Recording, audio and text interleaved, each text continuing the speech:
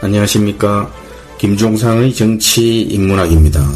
지난 4월 한 달간 저축은행 대출이 무려 1조 원을 넘어섰다고 하는데요. 일반 시중은행에서 돈을 빌릴 수 없는 사람들이 저축은행에 몰렸다는 거 아닙니까? 그렇다면 더 밑바닥 사정은 볼 것도 없습니다. 역으로 그런데도 지금 시중에는 무려 3천조 원의 부동자금이 돌아다닌다고 합니다. 경기가 이렇게 안 좋은데 이 3천조 원 어디로 가겠습니까?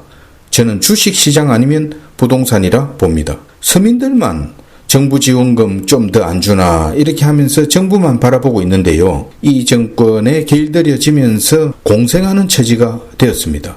문재인 정권, 최근 윤미향 사건도 지금 뭉개고 갈 모양인데 누가 봐도 미심쩍은 쉼터 소장의 자살, 최초 신고자가 윤미향 비서관이고 그래서 통합당 곽상도 의원은 휴대전화 포렌식 결과를 공개하라 이렇게 했는데 문재인 지지자들로부터 지금 공격을 받고 있습니다. 국회도 힘으로 밀어붙이고 있고요. 그러나 김여정도 한마디에는 청와대까지 나서서 대북 전단 살포를 처벌한다면서 우리 국민만 압박합니다. 북한 옥류관 주방장은 평양 와서 국수 처먹을 때만 요사를 떨었다면서 문 대통령을 겨냥했는데도 이 문제는 끽소리도 못합니다.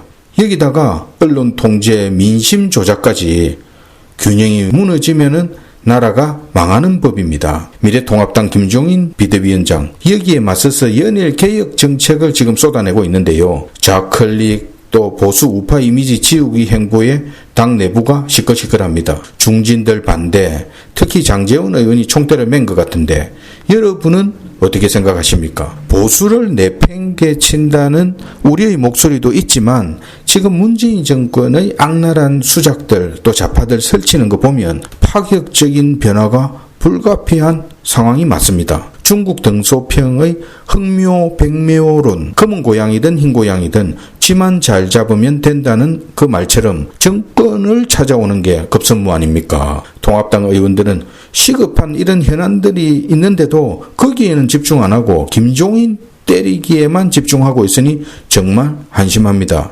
김종인 위원장은 배고픈 사람이 길을 가다가 빵집을 지나가는데 김이 모락모락 나는 빵을 보고 그게 먹고 싶은데 돈이 없어서 먹을 수 없다면 그런 사람에게 무슨 자유가 있겠나 하면서 물질적 자유를 높여줘야 한다 했는데 경제 민주화 화두에 이어서 사실상 기본소득 이슈를 던졌다고 보는데요. 저는 공감합니다. 지금 서민들이 출발선도 다르고 힘든 경쟁에 내몰리고 능력은 부족하고 세상은 4차 산업혁명 시대로 바뀌고 일자리도 없고 그러니까 기본소득 이슈 이걸 선점하는 게 저는 맞다고 봅니다. 웬만한 이슈 가지고 지금 국민들이 거들떠 보겠습니까? 김종인은 미국 애플 회사 하나 시가총액이 약 1조 5천억 달러라면서 우리나라 전체 국내 총생산과 맞먹는 수준인데 이런 초격차를 줄이기 위해 대학 교육도 근본적 변화가 있어야 한다 이런 말도 했습니다. 또 어느 언론사 칼럼은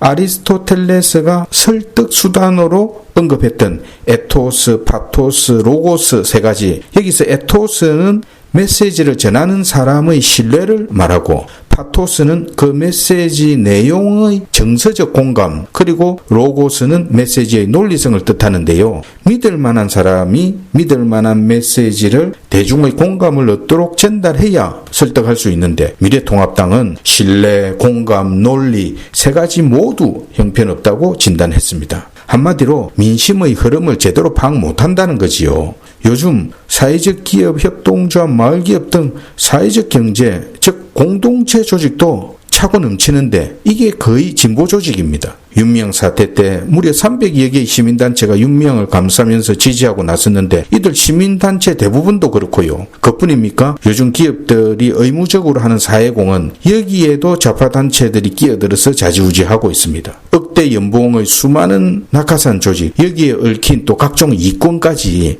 열거하면 끝도 없습니다. 코로나 사태 또 각종 부정부패에도 문재인 지지도가 떨어지지 않는 거 보셨지 않습니까? 이 정권은 국민 절반 이상 이상은 자기 편으로 확보했다 이렇게 판단하고 있다고 봅니다. 사실 그런 상황이고요. 이런 상황에서 철진한 보수 논쟁으로 상대가 되겠습니까? 통합당도 이제 정권을 빼앗아 오려면 위장전술, 건모술수, 또 트릭, 꼼수, 이벤트까지 민주당을 능가하는 전략전술이 있어야 합니다. 원래 인간이 태생적으로 진보적 존재라고 했습니다. 민주주의도 원래 다양성을 담보한 진보가 출발점이었고요. 지금 대한민국 중도층 국민들 역사 인식 또 정치 사회를 보는 관점 보수보다는 진보에 더 가깝고 기존 보수 세력에 굉장히 비판적이라는 점도 인정해야 합니다. 우리가 집에서 물고기를 길러보면요. 고기가 비실비실하다가도 어항에 물을 갈아주면 활기를 되찾는 거 보셨지요. 역대 총선 결과는 늘 물갈이를 많이 한 정당이 승리했는데 이번 총선은 통합당이 몇 배나 물갈이를 많이 했는데도 약발이 하나도 안 먹혔습니다. 또 지난 총선 돈 퍼주기 현금의 위력 보시지 않았습니까? 대선까지 또 얼마나 불공정한 게임 규칙이 활개를 치겠습니까? 그러나 저는 민주당도 지금 이낙연의 독주가 계속되고 있지만 문재인 레임덕과 함께 내분이 일어날 걸로 저는 보고 있습니다. 사심없는 김종인 비대위원장 또 초선 의원들의 혁신 의지가 강하면 희망은 그래도 있다고 봅니다. 밀어붙일 때는 한 발짝도 양보하지 말고 배수진도 쳐야 합니다. 정치인문학 김종상이었습니다. Ich troll nicht und wenn das Herz